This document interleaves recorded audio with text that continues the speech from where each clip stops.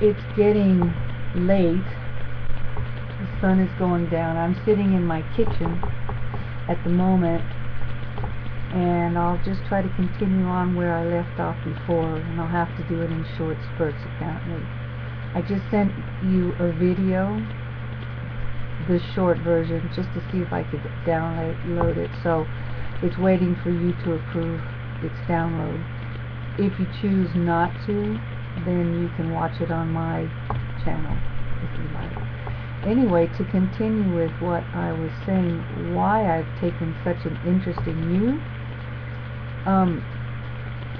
I may be repeating myself because I made a tape, it was 25 minutes long, and I couldn't, and it stopped midstream, so I had to start over. Anyway, what happened is, why I came across your channel,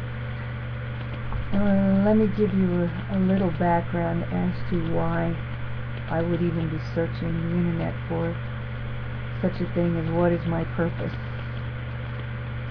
For a 64-year-old person to be looking for their purpose in life seems awfully moot, if you ask me. But some things have happened, as happens to most people in life. Things just happen and you just kind of question yourself as to what is the meaning of life and what's it all about.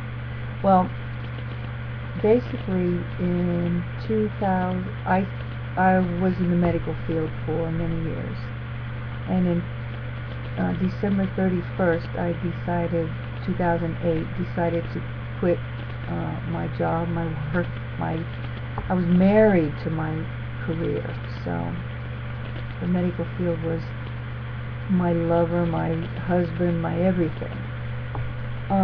So to retire early was really a major life decision, and I chose to do so because at the time I was living with my beloved of my life. He was a Greek musician, and we had reunited after 25 years of not seeing each other. So we had been, I suppose it was 11 years living together, and in December he asked me if I would like to retire so that we as a couple could spend most of the year, at least half a year, in Greece where his family was, and the other half here in Holland, and I would be able to spend more time with my family in the United States. Well, I decided, okay, I'll go ahead and do that, because you know, you're still a bit young enough where you can still go and do things. Well, he died on March 9th, 2009, so we didn't get a chance to do that. Shortly after that, I was just devastated, so I didn't know whether to flee home or whether I should stay here. I didn't know what to do. So what I did is I went home to my brother and my mother at the time, and helped them move from Montana and then from Las Vegas to Oregon, where my brother lives now. In the meanwhile, my mother died last August. A dog, my favorite dog that I had for 17.5 years, also died. I have a little white dog now left that she has diabetes. She's been through blindness and cataract surgery and so much.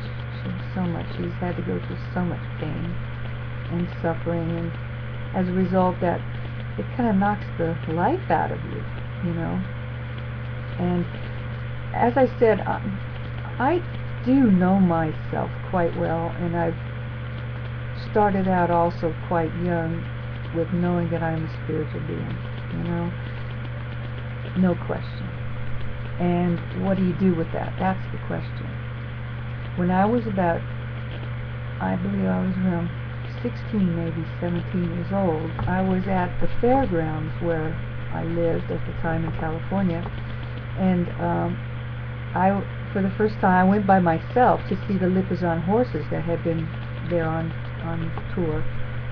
Oh boy, they're pretty. But as I was there, probably mesmerized by the experience, from across the stands on the other side of the bleachers, there came this rather raggedy looking old, looked like a hippie Indian woman. You know what I mean? And she came to me and she got right up in my face and said, "I recognize you," or something like that. And she said, "The same thing I'm saying to you, it's a recognition. You know, it's like, I know you, I know what you're here for." And she gave me this little pouch. It was a leather pouch, and in that pouch were several different kinds of stones. You know, different kinds of, not precious stones, but semi-precious stones. And she said that basically I was here for the same reason I'm telling you that you're here. A spiritual being here to infuse light into the world that we're in. Okay, and I still have that pouch to this day. Many years I had that in my drawer. I remember thinking to myself, man, that lady's nuts. Kind of like what you're probably thinking of me right now. I never saw her again. But she said some things to me basically of what I was saying to you, recognizing certain things that in me and that I would be doing in my life, and I never thought. Who'd have thunk, you know? Anyway, I'm going to stop here and repost this.